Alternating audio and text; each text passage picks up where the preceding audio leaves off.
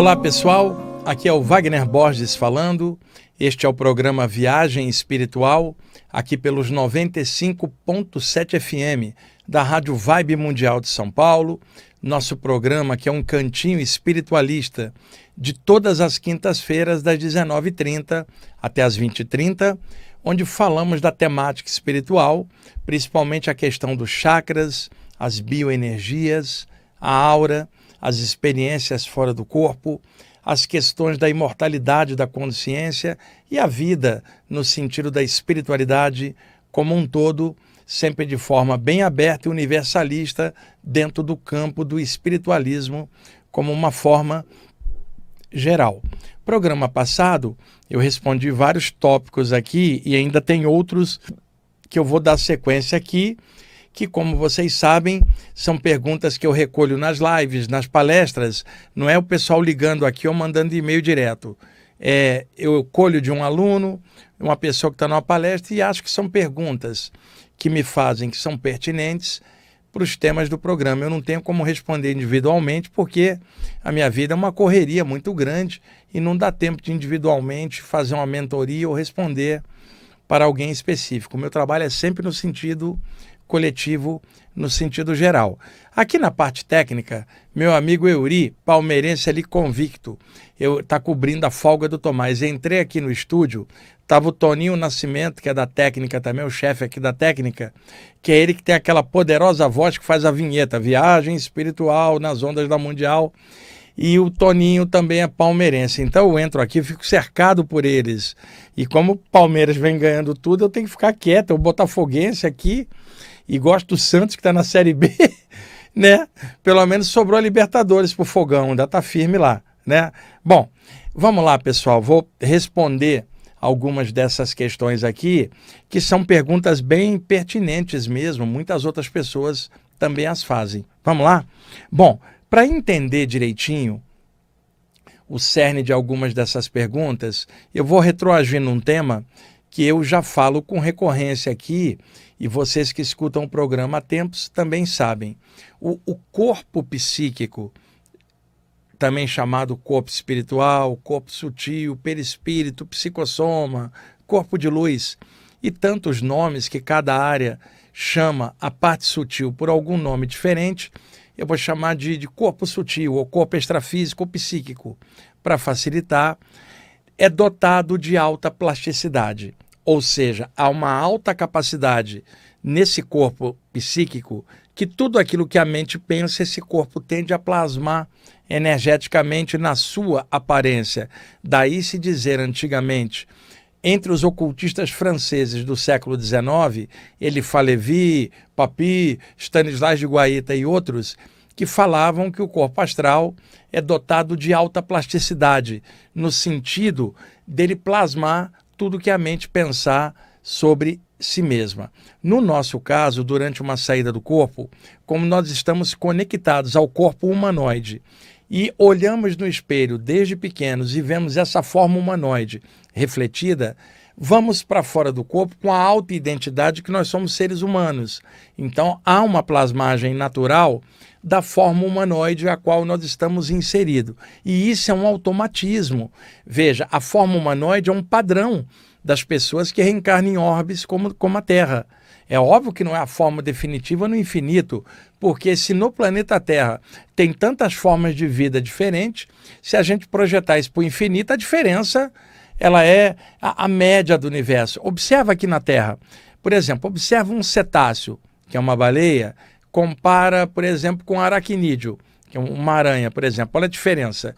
Euri, compara um batráquio, um sapo, com um cachorro que é um mamífero. Totalmente diferente. Compara um lambari e compara um golfinho. Você vai ver tantas formas de vida diferentes. Vai lá na Austrália, na Oceania, que é onde tem os animais mais exóticos do planeta, dá uma olhada no ornitorrinco. Que bichinho estranho, aquele canguru que só tem lá, crocodilos enormes, né? Você tem répteis também muito grandes lá. Tem o dragão lá de Komodo, né, que é um lagarto enorme. Então, existem muitas formas diferentes de vida na Terra. Se a gente projeta isso para o infinito, quantas formas de vida diferentes existem, mas estamos acostumados com o formato humanoide, ao qual a gente vem se ligando no processo encarnatório em planetas, não só na Terra, mas espalhados pelo universo ainda no mesmo estágio, igual ao nosso planeta no momento. Então a forma humanoide é uma constante em determinado período evolutivo do ser, que eventualmente vai transcender o limite da forma para a consciência cósmica, para o estado de espírito puro que sequer tem corpo espiritual. É a consciência maior, que já é em nós todos, mas revestida de capas energéticas ou veículos de manifestação para experiências específicas naqueles planos aonde esses veículos são apropriados. Para uma vida na Terra, o corpo humano é o ideal. Para uma vida no plano astral, o corpo astral é o ideal. Para algo no plano mental, o corpo mental. E daí por diante. Agora, por detrás desses corpos ou veículos de manifestação, nós temos a consciência, o espírito, o ser, que estagia através de veículos em orbes e manifestações diferentes. Então, para nós, no atual estágio, a forma humanoide é uma constante. Por isso, ela se plasma naturalmente quando a gente sai com a aparência da vida atual. Porém, como vocês sabem, uma pessoa pode lembrar de uma vida passada e o corpo espiritual dela tomar o formato da vida anterior naquele momento da recordação. Alguém pode plasmar uma esfera de luz pensando que é um espírito, porque se a pessoa repete, eu sou um ser humano, um cara lá da Terra, o padrão humanoide se impõe.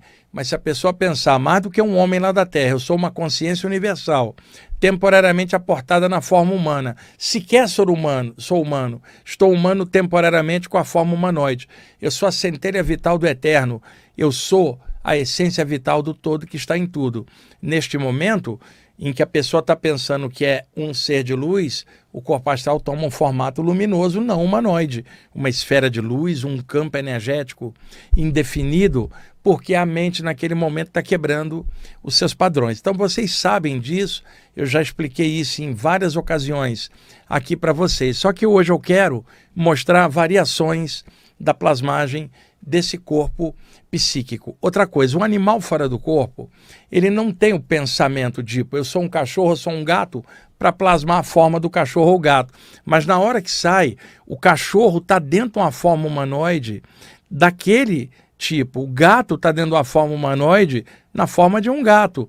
Quando sai, por automatismo do corpo astral, que está configurado e represado na matéria, ele tende a reproduzir esta forma. Eu vou dar um exemplo muito simples que eu utilizo muito em aulas. Pega um plástico, derreta-o, coloca no molde redondo. Quando ele secar e você tirar ele, ele está redondo. Derrete o mesmo plástico, coloca no molde quadrado. Secou, você tira, está quadrado. Derrete o mesmo plástico, coloca no molde triangular, secou. Quando você tirar, está triangular. Ou seja, o plástico é dotado de alta plasticidade e quando anexado a um determinado molde e condensado, quando você o projeta para fora, puxa para fora, ele está com o formato do molde condicionado e a sua forma então é a daquele molde. Ora, o corpo espiritual é dotado de alta plasticidade e está no momento anexado ao corpo humano. Quando se desprende, a tendência é reproduzir isto e no animal também. Acontece que o ser humano tem a capacidade do pensamento e isso pode alterar o padrão da forma mental que ele tem sobre si mesmo. Um animal, o cachorro, sempre é um cachorro, o gato sempre é um gato, mas o Euri que está projetado ali pode aparecer com a formato de Euri, formato de outra vida ou um formato de luz, dependendo do pensamento dele, coisa que o animal ainda não tem de forma consciente, é mais automático. Então, onde que eu quero chegar com esse pensamento bem técnico sobre plasmagens do corpo psíquico? É o seguinte, pessoal, eu vou dividir em 3 níveis para facilitar. O nível médio é o humano. Uma pessoa fora do corpo tende a aparecer com formato humano. E mesmo após a passagem final dela em outro plano, ela apresenta o formato humanoide também, um tempo após a morte, podendo mudar isto lá de lá.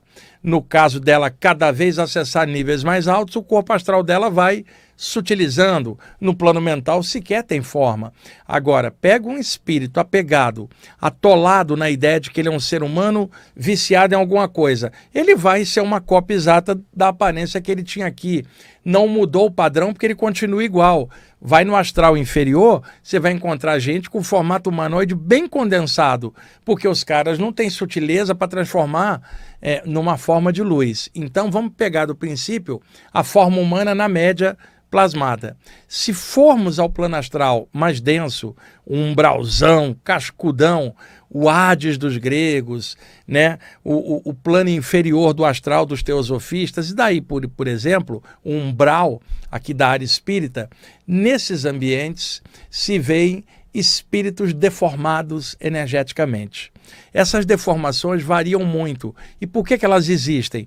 Porque a mente da pessoa está fragmentada e isso fragmenta a forma do corpo astral. Você pode ver um ser humano bem condensado, né, num estado de perturbação mental. Você pode ver um outro, como eu contei na semana passada, cheio de feridas plasmadas. Eu expliquei isso semana passada.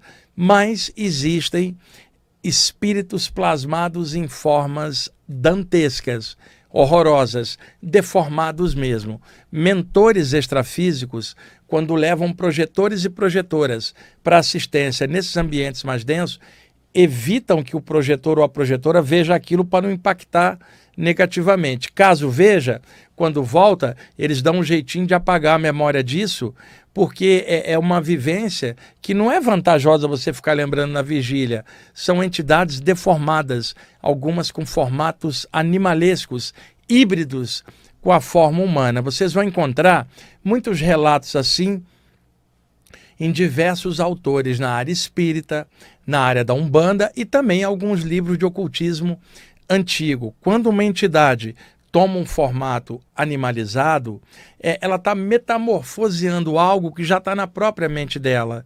Eu me lembro que na série Nosso Lar, num dos livros, o André Luiz narra de espíritos obsessores que hipnotizavam um outro que ficava dizendo, você é um lobo, e o cara, acreditando que era um lobo por hipnose, tomava a forma lupina, que era uma forma tipo de um lobisomem misturado homem e lobo. Isso parece loucura para o cético que não acredita em nada disso, mas a literatura desses temas está repleta disso, eu já vi muitas vezes e outros projetores também já viram. Então, só lembrando, programa direcionado para estudantes da parte espiritual, que sabem destas possibilidades e também já perceberam. Então, uma entidade tomando um formato lupino é um tipo de licantropia extrafísica, uma mudança do corpo astral até que ela se recupere e tome o formato humanoide novamente, mas vai precisar de um tratamento de desintoxicação mental da ideia de que ela é um animal. Outros espíritos estão plasmados em forma de animal como uma espécie de autopunição deles mesmos, a própria mente os punindo numa forma negativa. E tem espíritos obsessores que podem tentar tomar uma forma horrorosa para assustar alguém.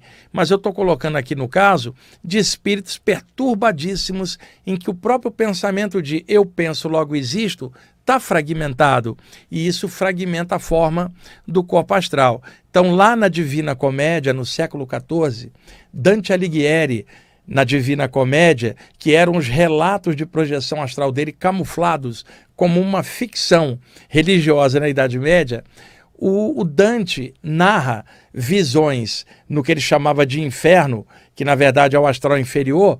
Ele visualizava entidades deformadas lá, né? Então, daí a expressão dantesco ou dantesca, que significa uma visão horrorosa de alguém, assim como Dante viu no mundo inferior. Daí a expressão dantesco ou dantesca. Então, entidades muito perturbadas apresentam formas psicossomáticas dantescas, horrorosas, dos mais variados tipos. E tem coisa que não é permitida para uma pessoa encarnada ir lá e olhar projetada, porque é muito pesado.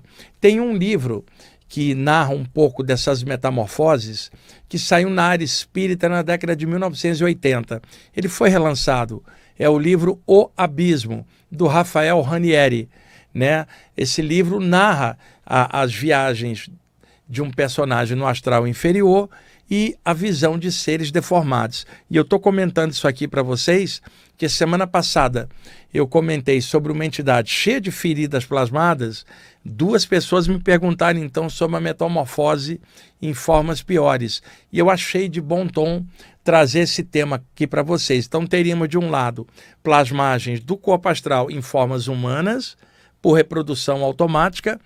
No astral inferior, plasmagens psicossomáticas em formas horrorosas ou dantescas, que ninguém deve achar isso estranho, porque é corpo astral dotado de alta plasticidade, e ainda tem a possibilidade de uma pessoa encarnada, perturbada de alguma forma, ao sair do corpo, o corpo astral dela tomar o formato estranho, mesmo antes dela desencarnar. Já em vida, durante o sono, você vê ela já deformada do lado de lá.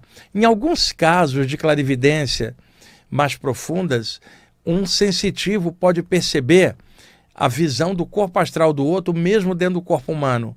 É como se alguém olhasse o Euri por clarividência e não visse apenas a forma humana do Euri, mas interpenetrada nela a forma do psicossoma. Sendo que quando a pessoa olha, vai ver uma cópia exata, é o Euri. Mas nesta condição que eu estou colocando de perturbação, alguém olha, vê a forma do Euri por fora e vê uma forma dantesca por dentro. Se o Euri sai do corpo, ele está com a forma dantesca, não a forma de Euri. Já há uma perturbação séria ali de algum nível. E isso se reflete nas saídas do corpo. Às vezes um médium ou um clarividente olha e vê o rosto extrafísico da pessoa interpenetrado no rosto físico, o para-rosto, o rosto astral, como queiram chamar, muitas vezes deformado. E aí já se sabe que há uma obsessão em curso ali, ou uma auto-obsessão, alguma coisa pesada está rolando. Então temos 2 tipos, formas humanas e formas dantescas ou animalizadas plasmadas. A forma humana tendendo a aparecer na média de um ser humano fora do corpo, formas dantescas mais no astral inferior. Agora, tem um contraponto. Quando se vai em planos mais avançados ou subplanos extrafísicos do plano astral, se vê formas energéticas que sequer têm a forma humanoide, formatos de luz que fica difícil a descrição quando a gente volta para o corpo, porque o nosso cérebro usa a noção da forma para revestir as imagens, para assim a gente entender. Mas lá, naquele plano, formas de energia, pessoal. E aí, isso motivou muita gente a falar, estou vendo um ser divino, um ser celestial, que é um ser numa etapa evolutiva mais avançada, que sequer apresenta a forma humanoide, sendo que, muitas vezes, plasma a forma humanoide para a pessoa, num nível mais denso, percebê-la. Mas na hora que você olha para aquele ser, você sabe quem é. Não é pela forma. Há algo na consciência dele que é uma identidade que com o tempo só vai se expandir, não significa perda da identidade, mas significa que esta consciência se expandiu de tal forma que a gente aqui olha, fala, caramba, diluiu no universo, não diluiu coisa nenhuma, se expandiu, é ela mesma numa escala agora infinita, hiperconsciente em níveis que a gente não entende, não é desaparecer no seio do universo ou um nirvana vazio do lado de lá sem consciência, pelo contrário, é a consciência cósmica do infinito, o próprio universo está vivo e é autoconsciente, o planeta é um ser vivo. Imagina uma consciência que expandiu, sabe? Ela não vai deixar de existir e virar um nada no universo. Ela alcança tal grau de consciência cósmica que quando a gente olha aqui fala, caramba, despersonalizou, mas no sentido humano, mas ela alcançou um outro estado que é a consciência dela mais vasta e a gente aqui não tem como entender. Eu nunca engoli essa história da pessoa ir evoluindo e depois desaparecer no universo. O que eu acho é que alcança nível tão profundo que aqui de baixo você não consegue ver nem aqui lá tá, porque a gente mal se entende aqui, vai entender alguma coisa no nível cósmico como. E quanto mais o criador disso tudo, que é o mais cósmico de tudo. Então a gente sabe muito pouco. Agora, as plasmagens do corpo espiritual é um tema que dá para estudar porque está no terreno humano, ainda com a forma humanoide ou deformada. Agora, quando você passa por uma forma só de luz, fica mais difícil de compreender e de relatar, mas é outra possibilidade. Então, estou dividindo em 3 para ficar mais fácil, subdividindo formas dantescas, né, pesadas, formas humanas normais e formas energéticas, psíquicas ou celestiais, se assim quiser, porque é a transcendência da forma humana. Então eu acho que deu para dar uma boa clareada nesse tema, é claro que numa aula presencial eu projetaria imagens no PowerPoint para ilustrar tudo que eu estou falando. Aqui pela rádio é um pouco mais difícil por causa só da explicação verbal, mas eu acho que didaticamente dá para quebrar o galho, para entender esses temas que fazem parte, pessoal, do estudo de qualquer estudante, de qualquer área espiritual, a natureza psíquica dos corpos energéticos do homem. Esse estudo é até meio que básico para qualquer estudante nessa área. Vamos lá. Uma coisa também importante, uma pessoa me relatou de que acordou no meio da madrugada e estava com assim meio que a visão física embaçada e o chakra frontal dela aberto, e ela olhou, tinha algo agarrado no corpo do marido dela, e que ela estendeu as mãos e aquilo se afastou e sumiu. E que tinha a forma de um ser todo esquelético, com capuz, um jeito estranho, como se fosse aquela figura arquetípica da Dona Morte. E que aquilo se afastou, mas que aquilo estava parado, grudado, como se fosse um cadáver da Dona Morte agarrado no marido dela. Ela queria saber se isso era uma entidade. Não. O que era isso? Uma forma pensamento da Dona Morte. Nós criamos no imaginário popular uma figura para representar a ideia da morte. Eu já comentei isso em outros programas. O que é? Uma caveira com capuz e uma foice, né? Imagine uma mortalha que vai vir te buscar na hora da morte. Isso aí é um mito, uma criação, uma construção arquetípica que a população transformou em verdade.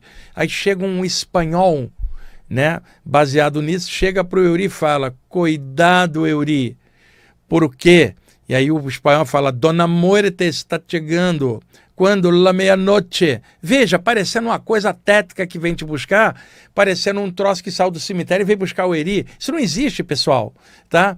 Existe a construção mental de um símbolo, que é uma caveira com um capuz e uma foice. Isso não existe. Não vai vir nenhuma caveira te ceifar a vida na hora da morte. Você só vai desencarnar porque você está encarnado, é lei da natureza. Não precisa de nenhum espectro vir te tirar e passar uma foice no teu pescoço. O estudante espiritual não pode acreditar numa coisa dessa. Você está estudando para ter discernimento das coisas. Então, sabendo disso, alguns espíritos obsessores tomam o formato daquilo que as pessoas têm medo. E um dos formatos é o da Dona Morte, vamos chamar assim. E aí aparece plasmado para assustar a pessoa. Então, ali no caso do marido dessa senhora, tem duas possibilidades. Um espírito obsessor criou a forma mental da Dona Morte e encapsulou na aura da pessoa, para que a pessoa fosse invadida por ideias negativas em relação à morte, à perda e um monte de coisa para deprimir. Ou a segunda, que é muito provável, uma pessoa com tal medo da morte, por educação religiosa, fundamentalista, ou por muito medo, a mente ter criado essa forma arquetípica que estava grudada como algo parado. Porque como discernir se é uma entidade ou uma forma mental? Um espírito desencarnado tem vivacidade, brilho no olhar e está vivo.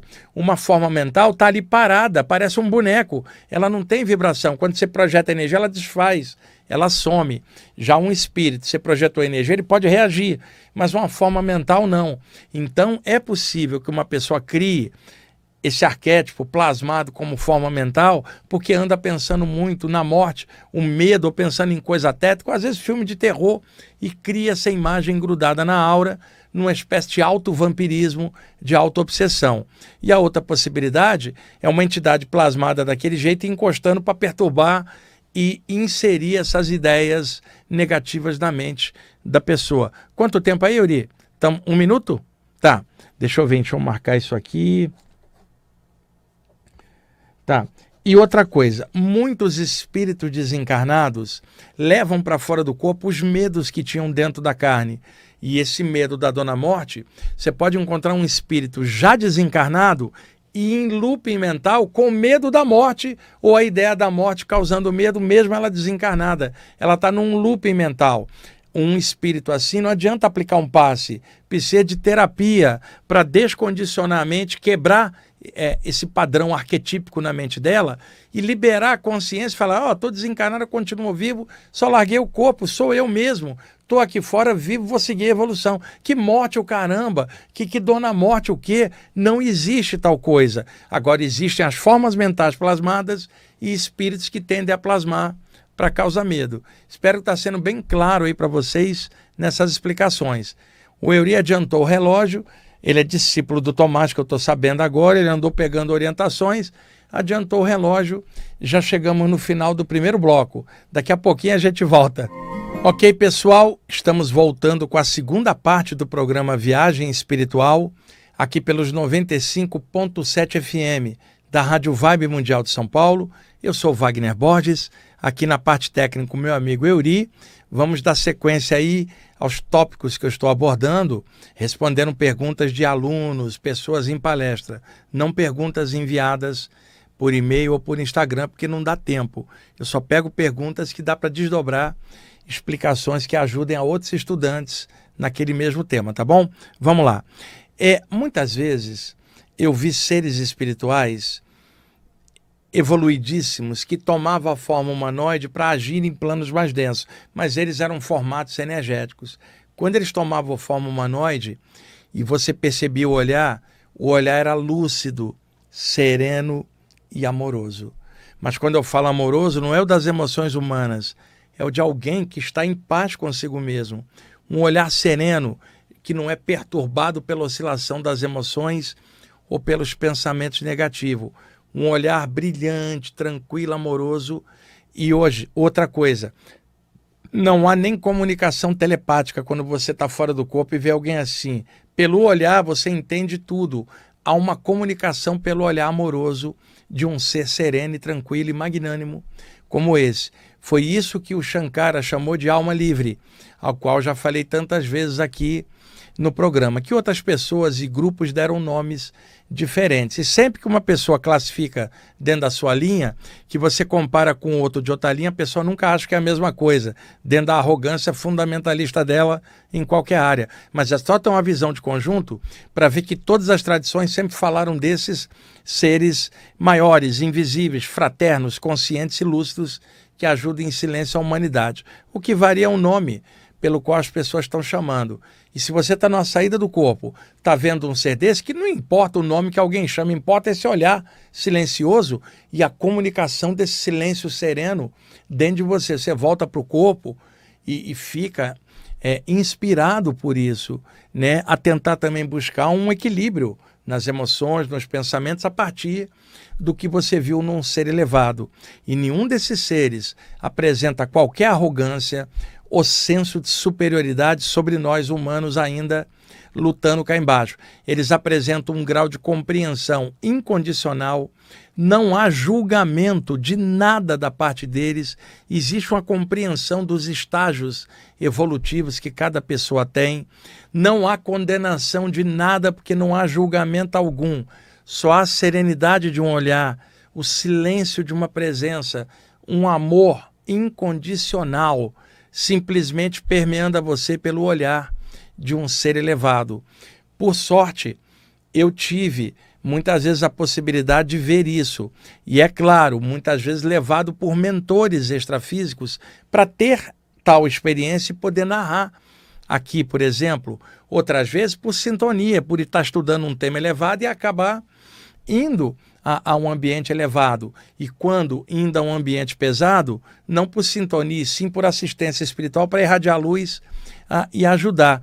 Eu tenho a noção, pessoal, de que boa parte das coisas que eu pude ver ao longo dessa vida e que eu vejo é patrocinada. Mentores extrafísicos me ajudam a perceber para depois eu poder falar, explicar, porque tem outros também vendo.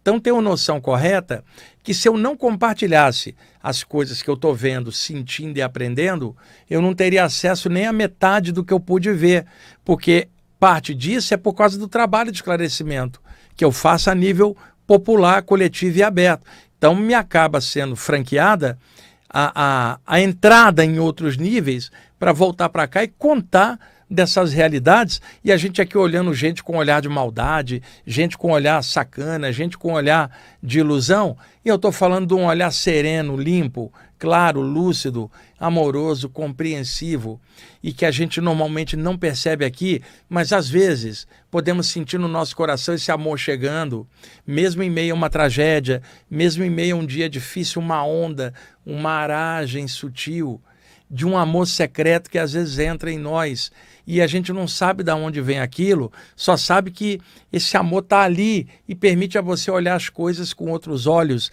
mesmo no meio das encrencas aqui, das coisas do mundo material e a nossa humanidade tão conturbada, e nós fazemos parte também, nós todos aqui tão zoados.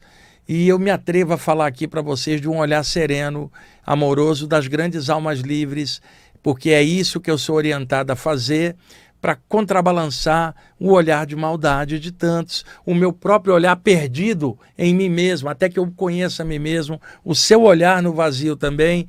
Estamos aqui para aprender. Agora, quando se trata desse olhar maravilhoso, entra no nosso olhar e aí a gente ganha esse brilho do olhar também por um tempinho. E os celtas tinham uma expressão maravilhosa que eu gosto muito e já falei tantas vezes aqui. O olho tem o brilho do amanhecer, significando que quando você sobe o alto da montanha para olhar a linha do horizonte e a luz do sol despontando no alvorecer, no momento da aurora, seus olhos refletem o brilho da aurora. Então você fala, raiou o brilho da aurora no seu olhar. O que acontece? Quando você está num momento espiritualmente bom, seus olhos ganham o brilho da aurora. Quando você olha alguém ou algo com amor, você ganha o brilho da aurora. Por exemplo, eu leio um poema de um grande poeta que eu admiro, né? Fernando Pessoa, Kabir, Rumi, Olavo Bilac, sabe? Tantos grandes poetas da humanidade, Kabir, por exemplo, Al-Ghazali, poetas que eu admiro. Eu olho um poema deles, o meu olhar ganha o brilho do amanhecer. Num dia de sol muito quente, o cheirinho da chuva molhada, quando uma chuva cai de tarde, me dá brilho da aurora. Ou quando num dia frio o sol desponta e eu olho o calor naquele dia frio, o brilho da aurora. Quando você encontra um amigo ou uma amiga querida e daí o brilho da aurora no seu olhar, quando você lê um livro com um tema legal, quando você escuta algo que inspira a sua consciência, são momentos todos de aurora no olhar, mas a maior aurora que eu já tive na minha vida, no meu olhar, é olhar de frente no olhar silencioso de uma alma livre. E muitas vezes eu tive essa sorte e isso me marcou profundamente, sabe? Me inspira a fazer muita coisa. São olhares secretos por entre os planos. Isso é experiência prática. Não adianta alguém ler 1 trilhão de livros de projeção ou de consciência, só teoricamente nunca vai ter uma experiência dessa do olhar, que quando você olha te muda completamente. Você vai vir com um brilho no olhar, brilho que um teórico nesses temas não tem, porque só está intelectualmente adquirindo informação, mas não tem o brilho da consciência naquilo. Não há amor, não há vivacidade, só pesquisa fria. Isso não resolve. Então, o brilho no olhar da gente, neste momento, não é o brilho normal da gente no dia a dia, é o brilho de algo, um momento especial. E a partir daí, já imaginaram, pessoal, o brilho do olhar de Jesus na hora do Sermão da Montanha, ou quando Jesus olhava para as estrelas e falava do Pai Celestial e dizia que na casa do Pai há muitas moradas, sabe? Imagina o olhar de Jesus nesse momento. Imagina o olhar do Siddhartha Gautama no momento que ele alcança o estado do Budi, tornando-se um Buda. Imagina o olhar do cara nesse momento de iluminação. Imagina o olhar do Krishna na velha ainda tocando a flauta e todo mundo em volta escutando, entrando num êxtase de alegria ou numa expansão de consciência. Imagina alguém como Lao Tse, o grande autor do Tao Te Ching, o brilho do olhar, sabe? E é difícil você ver o brilho do olhar de um chinês, né? O Olímpio é mais você vê o brilho. Imagina o brilho do olhar da Maria, mãe de Jesus, por exemplo. Imagina o brilho do olhar da deusa Kuan Yin na China, na compaixão. Imagina o brilho no olhar da Mãe Divina e daí por diante. É isso que eu estou tentando falar, que se vê nas almas livres e que de alguma forma um pedacinho disso retorna com a gente para dentro da matéria, iluminando aquele dia, fazendo escrever um texto, fazendo vir fazer um programa bom aqui, passando essas ideias. levando isso no teu dia a dia por onde você vai, sem doutrinar ninguém, simplesmente é transbordamento e radiação. E outra, falar daquilo com alegria, porque você teve a chance de viver aquilo. E o compartilhamento por transbordamento. Não é doutrinação cega, não é ficar impingindo no outro. Eu estou falando, seres maiores, compreensão pelas diferenças, amor incondicional, nada de julgamento. Para vocês terem uma ideia como é que passa batido de tudo que nós humanos fazemos aqui, julgando uns aos outros, e o mundo está cheio de patrulheiro ideológico da conduta alheia, sempre de olho o que o outro está vestindo, o que o outro está comendo, com quem que o outro está saindo, qual é a doutrina do outro. O tempo inteiro as pessoas ficam fatiando pelo julgamento da sua mente a conduta do outro. Eu não vejo isso em seres avançados, o que mostra como nós estamos atrasados dentro da nossa maneira de ver as coisas. Então, quando você olha um olhar compreensivo, você ganha um pouco dessa compreensão. E isso estimula você a tentar melhorar, a quebrar padrões negativos dentro e a melhorar, mesmo num mundo tão conturbado, com uma humanidade tão conturbada como é a nossa no momento. Então, como eu falei de entidades plasmadas de forma estranha, estou te falando agora de seres elevados, que não tem sequer forma humanoide, mas tomam o formato humanoide, para que a gente possa perceber e assim se inspirar, porque eles podem chegar até um certo ponto. Não vai dar para chegar aqui embaixo, é muito denso, mas embora alguns possam, mas normalmente a ajuda invisível, sem invadir o livre-arbítrio do homem, compreendendo, amando em silêncio, irradiando esclarecimento sereno. Os homens não veem, mas aquilo está lá.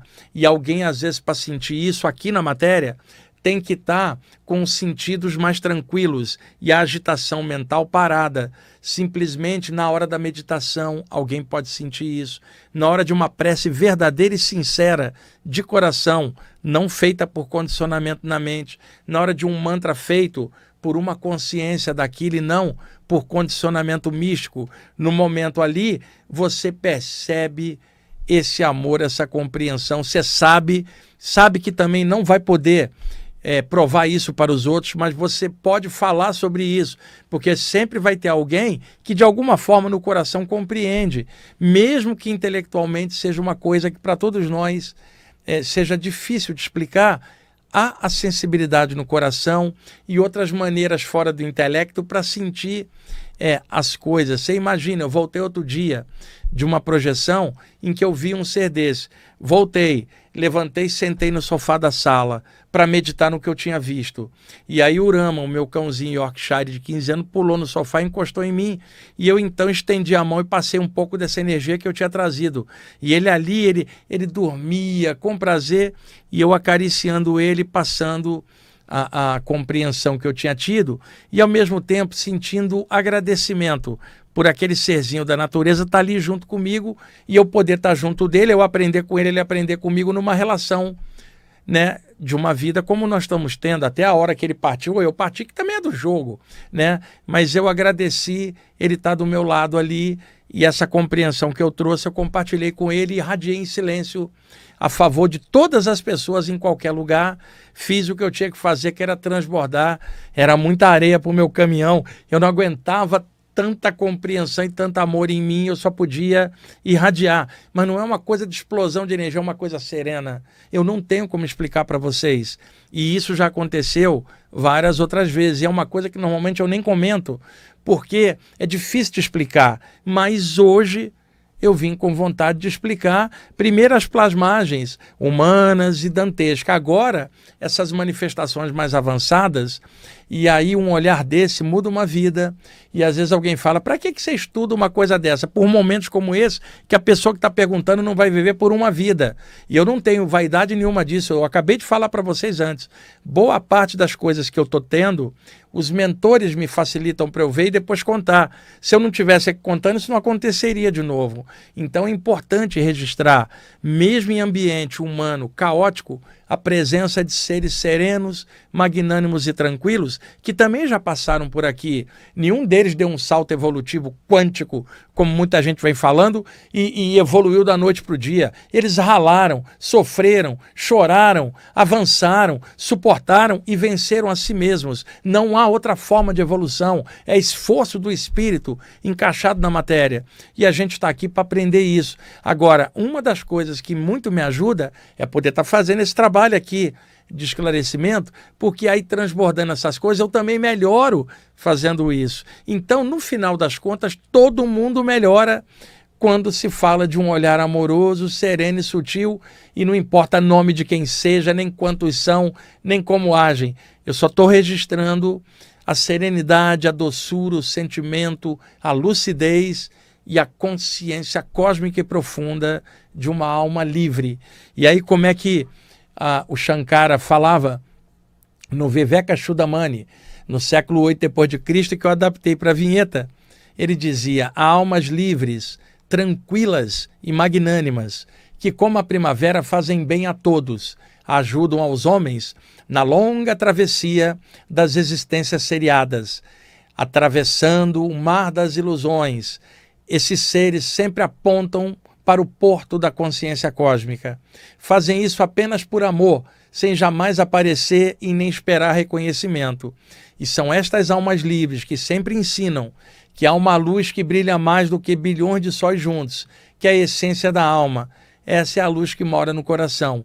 Shankara provavelmente viu uma dessas almas livres e registrou nesse poema, que eu gosto tanto, e agora estou registrando para vocês, da minha forma aqui, como Wagner Borges no Brasil, esse tipo de vivência como compartilhamento.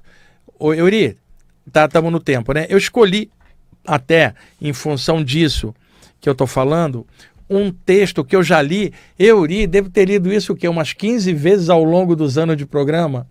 É o texto É Isto o Fim, do Sri Aurobindo, que foi um dos grandes mestres da tradição hindu, o livro Sabedoria de Sri Aurobindo, da editora Shakti. Esse livro está esgotado, mas acha, né, em sebo. E eu tirei um texto chamado É Isto o Fim, do grande Aurobindo, do Yoga Integral, que é um dos yogis que eu mais admiro na história da Índia, viveu no século XX, um rishi, um sábio da antiguidade encarnado como homem na Índia do século XX. E ele escreveu isso aqui, e eu quero novamente ler e oferecer para todo mundo que está sofrendo a perda de um ente querido, e as pessoas que lá no Rio Grande do Sul estão passando um sufoco danado, e também em outros lugares, que rola muita coisa no planeta inteiro. Tem coisas que rolam no interior da China, que a gente não sabe, tragédias também, mas isso aqui é um alento. Chama-se É Isto o Fim, e vamos usar de trilha sonora Landscapes, do Camel, que a gente sempre usa, né, Euri? Usamos na semana passada, e será a trilha sonora na qual eu vou ler o texto É Isto o Fim, tá ok? Euri, vamos lá? Solta o som do Camel, põe numa altura que dê para o pessoal escutar esta maravilha, e eu vou ler o texto É Isto o Fim, do Sri Aurobindo. Se puder fechar os olhos e escutar por alguns minutos, pode ser que alguma coisa boa role junto, né? Vai saber o poder que uma alma livre tem de passar algo secretamente numa música ou num texto, não é isso? Vamos lá?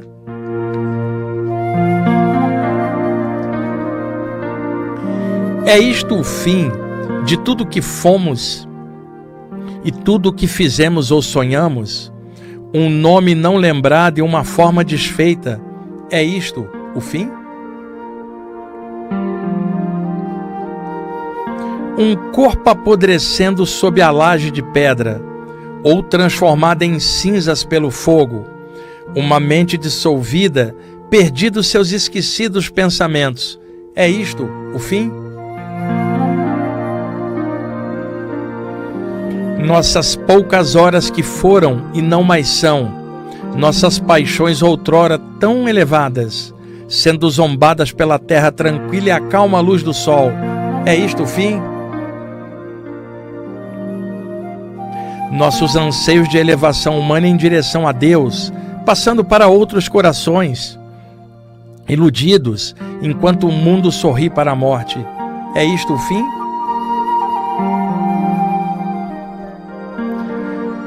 Caída está a harpa, ela jaz despedaçada e muda. Está morto o invisível tocador? Porque a árvore tombou onde o pássaro cantava, deve o canto também emudecer? Aquele que na mente planejou e desejou e pensou, trabalhou para reformar o destino da terra. Aquele que no coração amou e suspirou e esperou, também chega ele ao fim? O imortal no mortal é o seu nome. Aqui, uma divindade artista, em formas mais divinas, sempre se remodela, sem vontade de cessar. Até que tudo seja feito para o que as estrelas foram criadas, até que o coração descubra Deus e a alma se conheça, e mesmo então não há nenhum fim. E eu termino o programa deixando de fundo esta música.